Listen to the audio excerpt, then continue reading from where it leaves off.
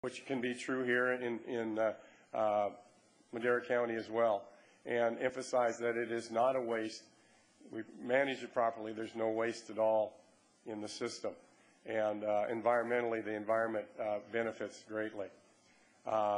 This is just an example from Biocycle magazine when they did a story on what we were doing in Washington State, growing crops that are beneficial to the environment.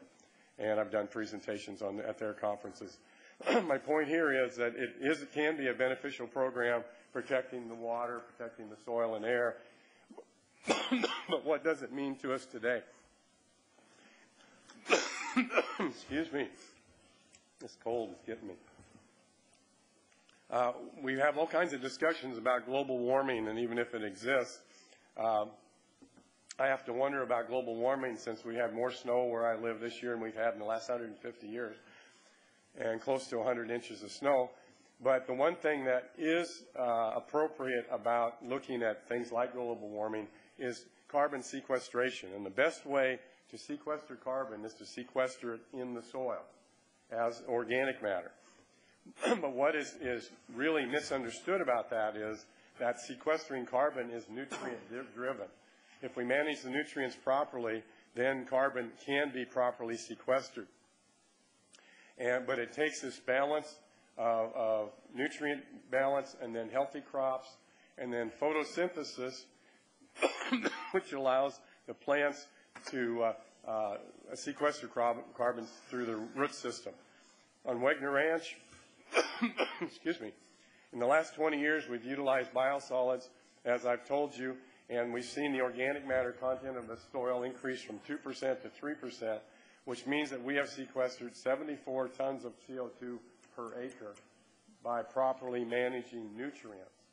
The same can be true in managing nutrients from dairy farms to improve the soil, make it more productive, but also sequester carbon, and likewise, managing the nutrients from your sewage plants. On a dairy farm, where do the nutrients go? Well, from the cow, only 20% ends up in the milk. The other 80% goes into the manure. It needs to be properly managed back to the soil. So what we're dealing with is looking at this as a cycle.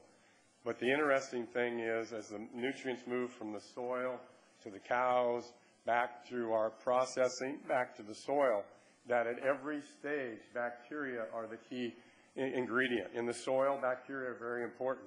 In the rumen of a cow, bacteria are what drive the system. Without bacteria, a cow is dead. Likewise, in the lagoon systems, we need the right bacteria working for us, and then back to the soil again. We need to let a natural system show us the way.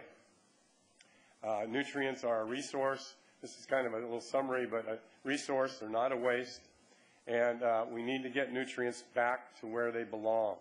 And I must emphasize there that includes the water that comes from sewage plants, which fortunately, for the most part in Madera, is being returned to the land.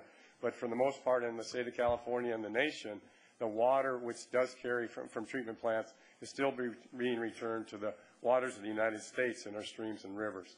And we hope to focus on changing that over time.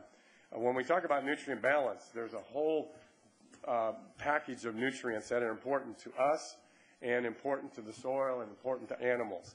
And you need only look on the label of a Centrum bottle to see all like the micronutrients, the vanadium and the copper and the zinc and so on that are so important to us. But in these building blocks of life, there are two nutrients, again, to repeat a little bit, that get lost. And those two nutrients are nitrogen and sulfur that can volatilize off. And they're the ones that are the odors we smell. But also they're the ones that are critical components of protein and all other building blocks of life. And when we lose those, we end up with kind of a stinky mess, no matter what scenario we're looking at. But the worst part is that system crashes and is open to pathogens. And so we want to maintain balance if we need to only look at one perspective to reduce pathogens. Gary, a nice presentation. Thank you. You betcha. Got it. I win. Go ahead. like that. There's 1,700 dairies in California. 400 of them will go out of business this year. This is a matter of economic security for Madera County. I live here. My kids are here. They're educated here. I want to see the dairy industry be the strongest dairy industry here in Madera County. We compete with 8 other counties, 52 states, and nations who are all coming of age in terms of their agricultural production methods and techniques. If we're going to stay viable, we're going to have to stay ahead of environmental regulations. We don't want state agencies basically creating a bunch of regulations that are going to not work out of reaction. And I think we could get ahead of the game and make Madera County the most economically viable dairy county in the country. Thank you. Thank you. Supervisor Domenici? Yeah, thank you, Gary, and I hope you're successful, in getting with the dairies, et cetera. But I've been on the Air Pollution Control District for 9 years also.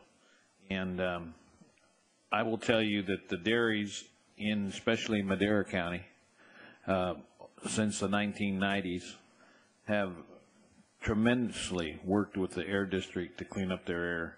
And I know, I'm almost sure that your product, your system, will help with the greenhouse emissions. There's no doubt in my mind. I won't say it's going to help with the smog, so I don't want to give people that false image that it's going to help with the smog, because I don't think it will. But I do think it will help with the greenhouse emissions. I think you're doing a wonderful job. But I'd just like to just say about the dairies, we have some beautiful state-of-the-art dairies, which I'm sure you noticed in Madera County. And the dairy people are working very hard to try to satisfy the Air District in the county, in the central San Joaquin Valley. As you well know, I'm sure that we probably have the toughest I know we have the toughest restriction in the state of California, but the federal government has already come out and said we have the toughest restrictions probably in the United States. So we do have restrictions, and Barney, you said you didn't want the state getting involved in things. Well, be honest with you, we don't either. We try to get it done locally if we can do it. So that's what we want to do, and I wish you all the luck in the world, because it will help with greenhouse gases. I know that. So thank you. Dale? Dale Drozen, Savage Road, Corsical. Just a question. In the dairy operation, it's probably more of a minor issue, but as we start talking about this into the sewage plants, how are we dealing with pharmaceuticals? They seem to go through the system. If we're just recirculating, putting back on the land, back on the land, back on the land, then those are going to begin to concentrate. I need to ask about a long term on that. Hold on.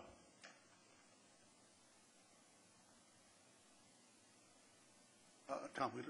Yeah, that is a good question, Dale, because he gave us a presentation at the 22A sewer meeting the other day. They do have a process to work in our sewer systems, and I would like to recommend, if you guys wouldn't mind, the board to have them work with our staff to show them some of this stuff for the dairies and our sewer systems to see if there's any of this stuff we could use for Madera County to be a step ahead of the world to get this stuff going. So I really appreciate what you're doing, and if you guys could get a chance, I've already talked to Vern.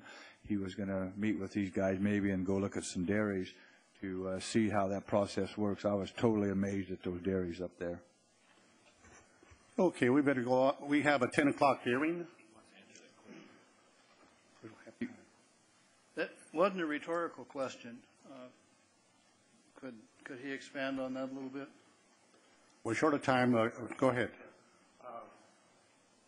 Make it quick. I am working with some of the top researchers in the country trying to address that issue, and the one thing they agree on is the best way to break down hormones and pharmaceuticals is to have the material in sunlight, not in a stream or river, but in the soil, and so it is exposed to sunlight. That's where you're going to get the shortest half-life, the quickest breakdown. I'll leave it there, but that's an important part of the address. Maybe you two could get together and talk about it.